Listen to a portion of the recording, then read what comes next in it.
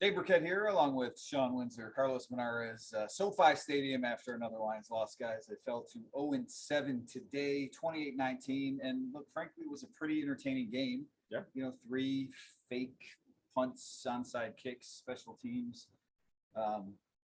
gambles, I guess, that the Lions converted. They made this a game, ultimately had a mistake at the end. Jared Goff throws an interception. Aaron Donald with a good pass rush. Look, rather than dissect the game, I wanted to just get a sense of, you guys were in the various interview rooms afterwards. You went to the Lions side, you were with the Rams and heard Matthew Stafford talk. This was, of course, Jared Goff's return to LA, Matthew Stafford's reunion. Just a sense of maybe what you think this meant to both of those quarterbacks. Well, Stafford, I think, is just relieved that they've got the win and that they're done. He didn't want to talk about it anymore, right? I mean, that's He didn't want to talk about it during the week. No, he didn't. And Goff probably is too in a way, but I don't know. I thought just more broadly with the Lions. I mean, they were frustrated. Campbell was not as angry as he was, obviously, because they played a lot better a week ago. And he wasn't upset like he was in Minnesota when the tears came out a little bit and his voice cracked.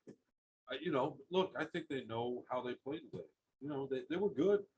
They weren't great. They needed another play to win or two, but they were pretty good. And they don't want to say moral victories, and they try to acknowledge for all the fans, hey, we're 0-7. We know what that means.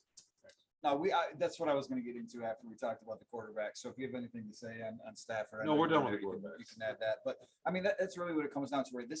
They've played better than I think you would think 0-7 teams are, through a lot of the season. Not last week.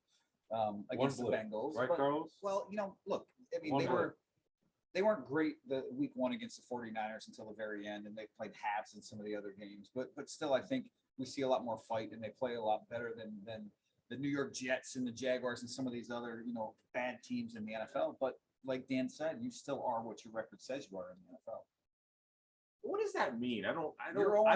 No. Okay, yeah, you're 0-7, but there's all kinds of 0-7s. There's 1-6s and not all 0-7s. 1 and 6 isn't really 0-7. All right, not all 0-7s. I'm with your point. Not all 0-7s are created equal, because in 2008 we had an 0-7 team. This is not that team, right? This is a team that's showing promise. That's showing fight. We don't know that it's no. I mean, maybe they're going to go winless. Nobody knows that.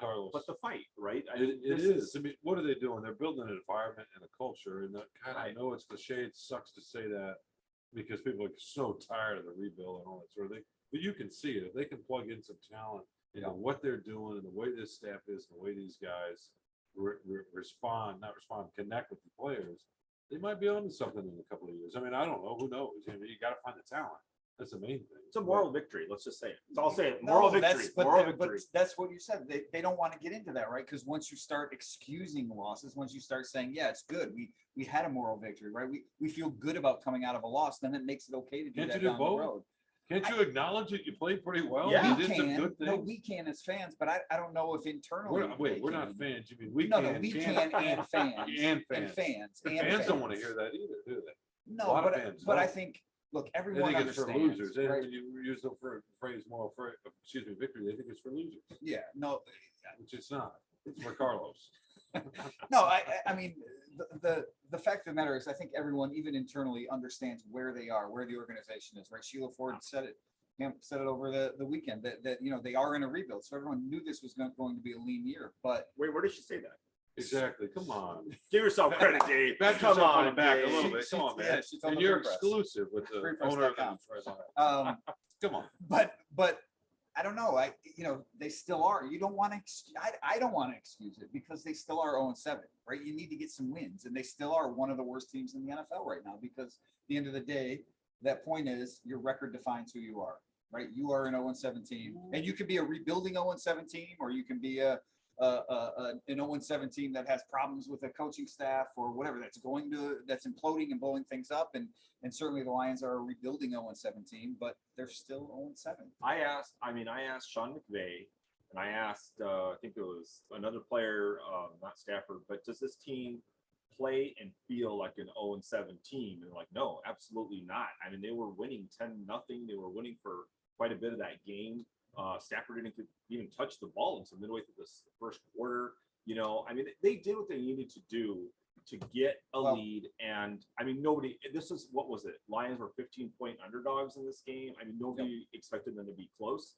And they're leading much of the game with an early. That was impressive. I mean, that did not feel like an 0-7 team. That's why I say you are what your record is. Well, it didn't, but it did, because that's what 0-7 teams have to do to compete against teams like the Rams. You have to take those chances and hit on them, right? If the Lions don't have that onside kick and don't have 2 fake punts, and it's complimentary football, Dave. That's what it's called. Team winning. I think it was a really good effort today, and I think we come away from this, saying, as we have a lot of games this year, saying the Lions are on the right path. They're pointed the right way, Sure. but that doesn't excuse 0-7. I don't know. They still are 0-7.